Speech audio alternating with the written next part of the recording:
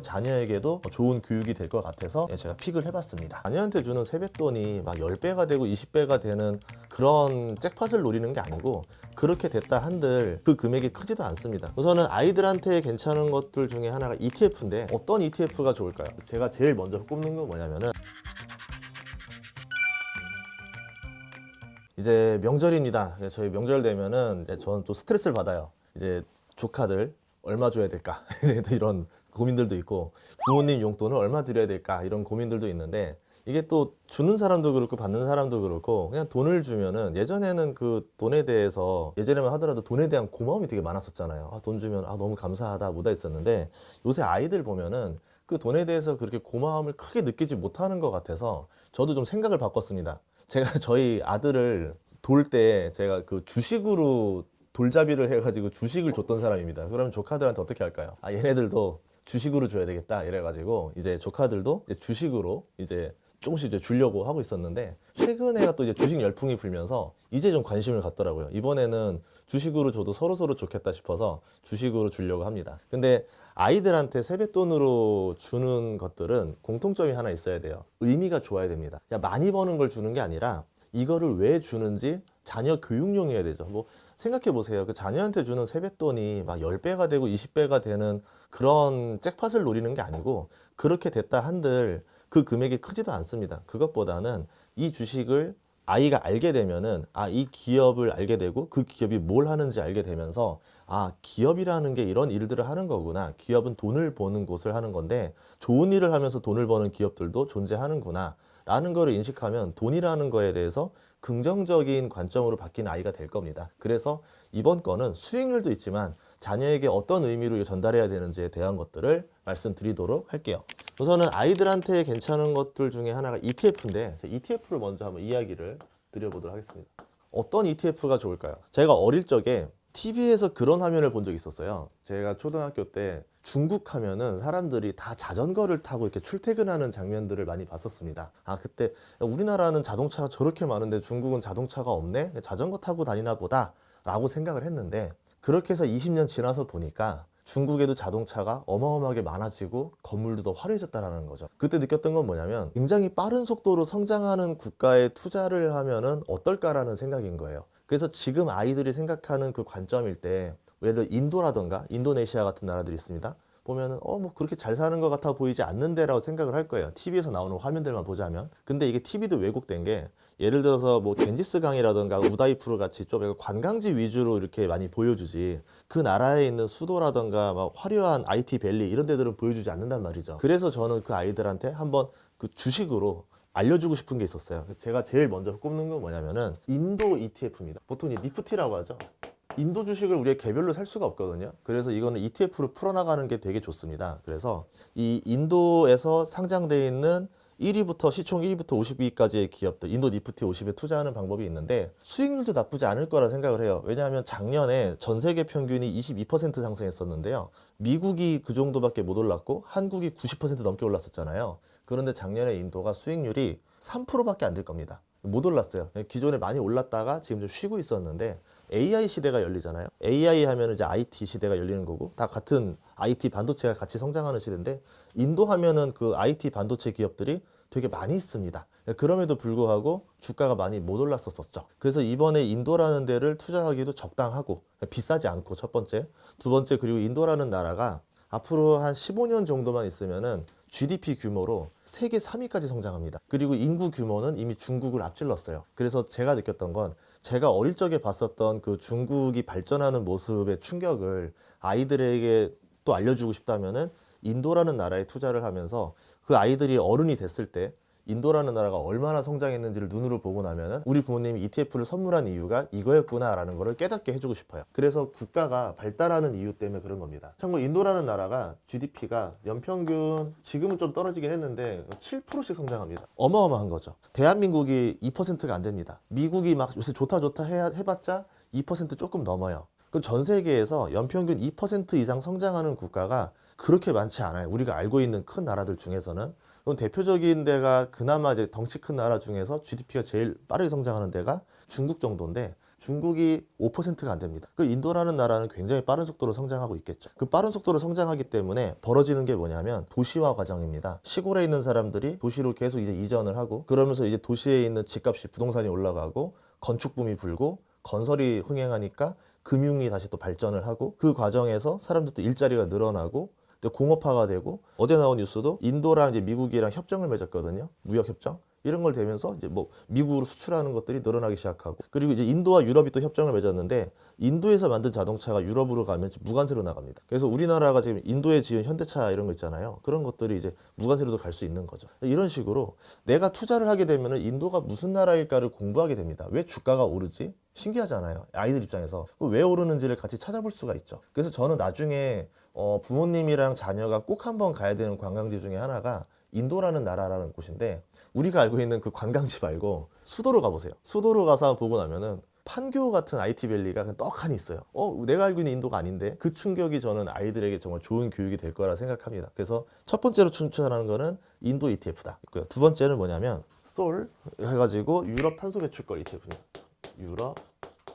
이 앞에 있는 명들은 원래 이거 회사명들이에요. ETF를 발행한 금융사들인데, 아까 이 인도 ETF는 코덱스가 있었습니다. 코덱스 거는 삼성 거고 솔 거는 신한 거고 이런 거기 때문에 별반 차이는 없어요.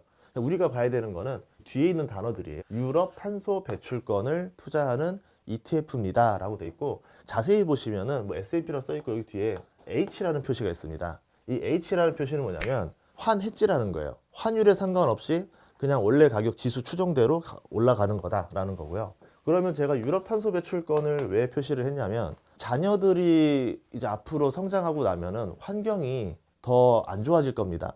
이상기후도 심해져 있을 거고 지구온난화도 심해져 있을 거고, 아마 우리는 그냥 환경에 대해서 보호해야지 정도겠지만, 자녀들이 성장했을 때는 그 환경으로 인해서 심각하게 피해를 받는 국가가 나타날 거예요. 그때쯤 되면은 이 환경 보호는 생존을 위한 거구나 라는 거를 깨닫게 될 텐데, 아직은 그걸 깨닫지 못하잖아요, 피부적으로. 근데 이 탄소 배출권을 투자하게 되면은 자녀들이 이게 정말 필요한 거구나. 돈을 벌지만 돈을 벌면서도 중요성을 깨닫겠죠. 돈을 벌어야지만 자기가 관심을 가지는 거고, 이 탄소 배출권이 뭔지를 알게 됩니다. 탄소 배출권이 뭐냐면요, 온실가스를 우리가 이제 자꾸 하늘로 올려 보내잖아요. 그러면은 그 각 국가당, 업종당, 기업당 쿼터를 줍니다. 너희들 얼마 정도까지만 내보내. 근데 매년 해가 지날수록 그 보낼 수 있는 쿼터가 줄어듭니다. 그러면 기업이 탄소 배출을 줄이지 못하고 더 많이 배출을 하게 되면 어떻게 되느냐?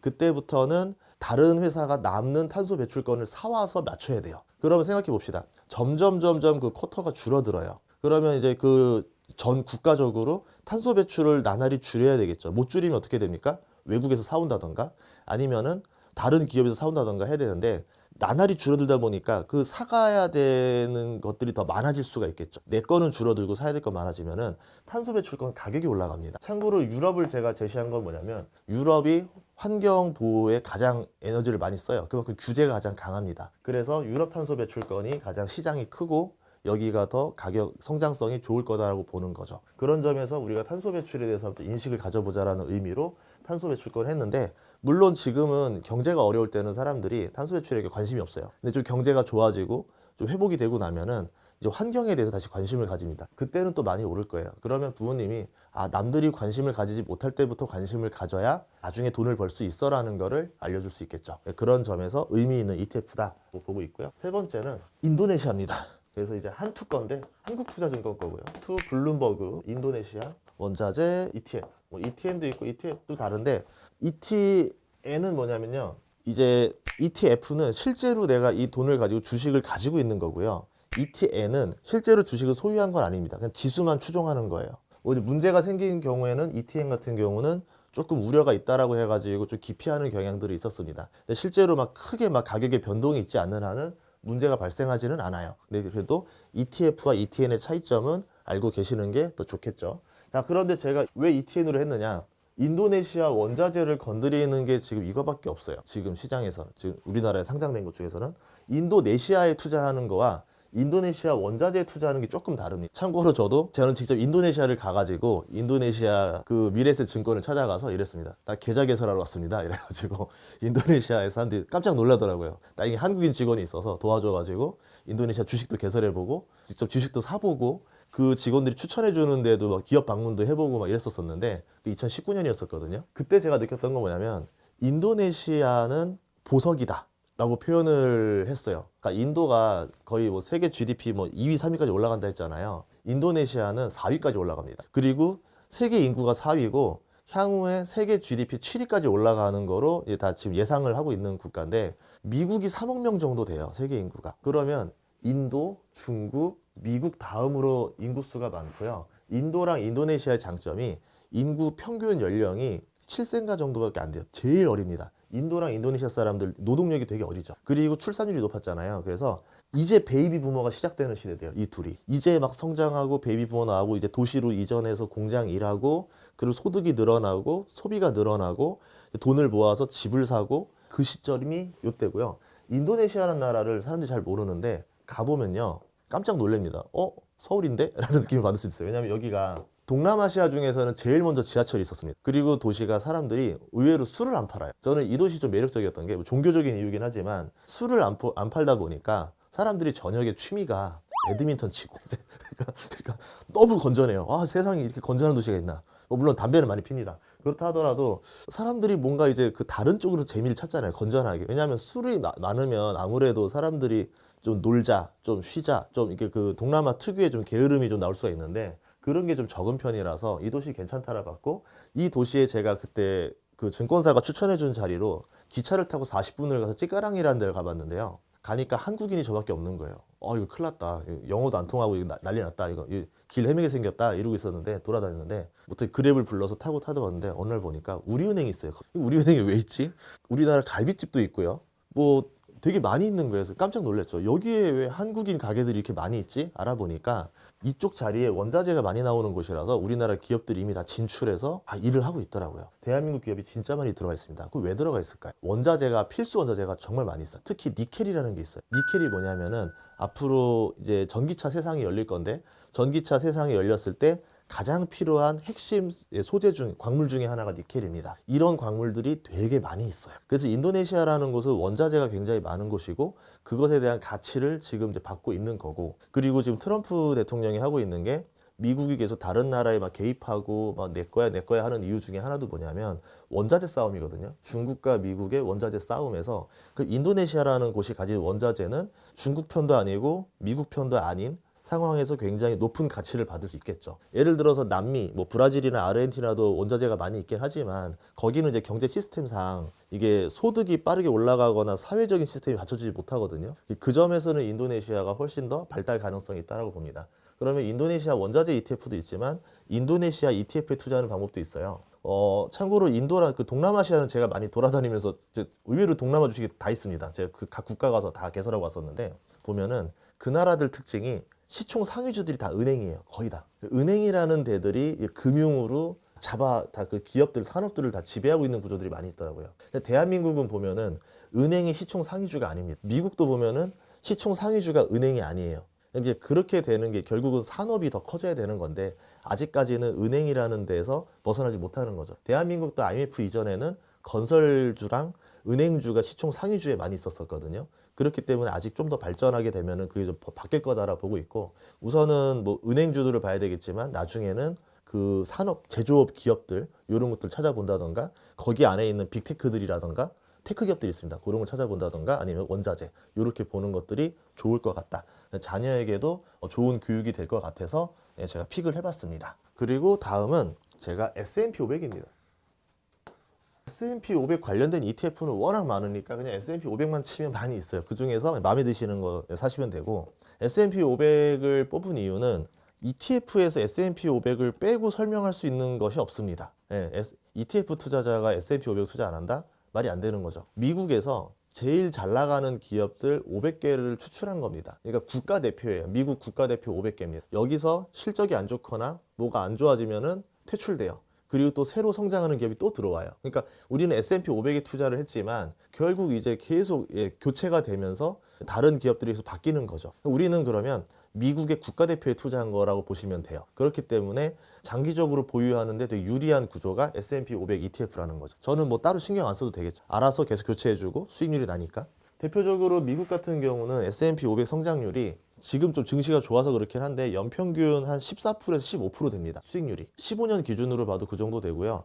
25년 기준으로 봐도 그 정도 되더라고요. 제가 최근에 본 데이터로. 그 연평균 15%면요. 대략적으로 4년이면은 원금이 2배가 돼요. 굉장히 빠른 또 성장이 되는 거죠. 그리고 많은 사람들이 알고 있지만 주식하면은 시가총액 가장 큰 데가 미국이고, 미국이라는 나라가 제일 안전하다 생각하고 테크나 자본 면에서도 미국을 따라갈 수 없다라고 생각을 합니다. 그렇기 때문에 미국에 있는 중에서도 국가대표 500에 투자하는 거는 나름 포트폴리오에서 반드시 가져가야 되는 포트폴리오 중에 하나라고 볼 수밖에 없겠죠. 그리고 배당도 줍니다. 뭐 높진 않아요. 한 1% 좀 넘긴 하는데 배당도 조금씩 나오면서 내가 투자한 기업들이 이렇게 있다더라라고 하니까 제가 계산해봤더니 10년에 4배입니다. 연 15%면은 10년에 4배면 자녀들이 10살이면 20살 됐을 때 내가 한 100만 원을 넣어놨다. 그러면은 400만 원 정도 돼 있을 거고, 세뱃돈을 잘 모아가지고 한 500만 원 넣어놨다. 그러면 2천만 원 정도 돼 있을 겁니다. 그 상속할 때, 증여할 때 비과세까지가 2천만 원 정도 해서 잘 주셔가지고 한 2천만 원 정도를 채워 넣어주시면은 10년 뒤에 그 8천만 원이 되잖아요. 그러면 대학 학비 정도는 충분히 뽑을 수 있거든요. 그렇기 때문에 이 정도 선에서 해주시는 게 가장 효율이 좋지 않을까 생각을 합니다. 5번째는 키움, 미국, 방어, 배당 성장. 이 단어에서 되게 여러 가지 의미들을 다 담고 있죠. 한번 해석을 해봅시다. 미국 주식 중에서 방어주들 중에서 배당 성장하는 기업들에 투자하는 ETF예요. 방어가 뭐냐면 경기 방어주를 말합니다. 경기 방어주가 뭐냐면요. 경제가 좋던 경제가 나쁘던 보통 사람들은 세 끼를 먹습니다. 경기가 좋아도 사이다 먹을 때 먹고요. 경기가 나빠도 사이다 먹고 싶을 때 먹어요. 보통 일반적으로 이런 좀 먹는 주식들 또는 뭐 담배 주식들 이런 것들 기호품 같은 것들 있잖아요. 이런 것들은 매출의 변동이 크게 없습니다. 통신도 마찬가지죠. 경기가 좋으나 나쁘나 통신 요금은 그대로니까. 그런 기업들은 꾸준히 성장한다는 장점이 있습니다. 그리고 인플레이션만큼 요금을 올릴 수가 있어요. 인플레이션보다 조금씩 더 많이 올립니다. 대표적인 기업 이제 코카콜라 같은 데가 이렇게 되는 거죠. 그러면 경기 방어주니까 경제가 좋으나 나쁘나 흔들리지 않고 쭉쭉쭉 계속 주가는 우상향하면서 배당 성장을 합니다. 배당금이 매년 나날이 늘어나요. 조금씩 늘어나요. 배당금이 늘어나면은 당장은 티가 안 나는데 이게 시간이 지나서 한 10년, 20년 지나고 나면은 배당금이 이렇게 많이 성장했어? 라고 볼 수 있어요. 대표적으로 S&P에서 가장 탑급에 되는 배당주가 배당금이 연 15% 성장하거든요. 그러면 10년 뒤에는 배당금이 4배로 올라간다는 거예요. 그럼 이 얘기가 뭐냐면 제가 배당금을 10만 원 받았다. 한 달에 10만 원 받는 배당금이었다. 그러면 10년 뒤에는 이게 40만 원으로 바뀝니다. 그럼 만약에 자녀한테 한 달에 10만 원 정도 받을 수 있는 정도로 배당을 세팅해 놨었는데 자녀가 만약에 10년 뒤에 이제 대학교 갔더니 한 달에 40만 원 정도 배당이 들어온다. 이 주식 때문에. 그러면은 용돈이 되는 거죠. 그러면 부모님은 너 어릴 때 다 해줬다. 너 그거 가지고 용돈 써야 돼. 엄마한테 뭐라 하지 마. 라고 하면 되는 거죠. 이제 이런 것들 배당 성장주의 매력입니다. 근데 제가 왜 안타깝다 했냐면은 한국은 없습니까? 라고 물어볼 거 아니에요. 없습니다. 이제 그거를 바꾸려고 이제 계속 뭐 법안들이 나온다라고 하지만 아직까지 이제 나오는 초기 상태이기 때문에 기업들이 지속적으로 배당금을 10년 이상 늘릴지는 알 수가 없는 일들이에요. 또 뭐 어떻게 할지 모른단 말이에요. 미국 같은 경우는 배당 귀족주, 배당 황제주 이런 것들이 있어요. 30년 동안 배당금을 꾸준히 늘린 기업들, 50년 동안 늘린 기업들, 이런 기업들이 있단 말이에요. 50년 동안 배당금을 늘렸다는 얘기는 뭐냐면요. 대공황이 오거나 뭐 리먼이 터지거나 상관없이 주주들을 위해서 배당금은 계속 늘려줬다라는 겁니다. 회사 이익과 상관없이. 그런 기업들이 한국에서 찾기가 좀 어려웠죠. 하지만 이제 우리 자녀들이 좀 성장하고 나면은 그때는 또 우리나라에도 배당 성장주들이 나오지 않겠는가라는 믿음을 가지고 있습니다. 설날에 자녀들에게 줄 만한 ETF를 제가 5가지를 말씀드렸는데요. 말씀드린 대로 수익률도 중요하지만 자녀들에게 교육적인 의미도 같이 포함했으면 좋겠다라는 생각에서 이렇게 5가지를 뽑아봤으니까요. 여러분들이 명절마다 한 번씩 돌아가면서 이번에는 인도, 이번에는 인도네시아, 다음번에는 뭐 배당 성장 이렇게 돌아가면서 주면은 자녀들도 그 궁금하잖아요. 이번에 이걸 왜 줬지? 이걸 왜 줬지? 하니까 서로 좀 공부를 하는 시간이 되면은 좋을 것 같습니다. 이번 시간을 마치도록 하겠습니다.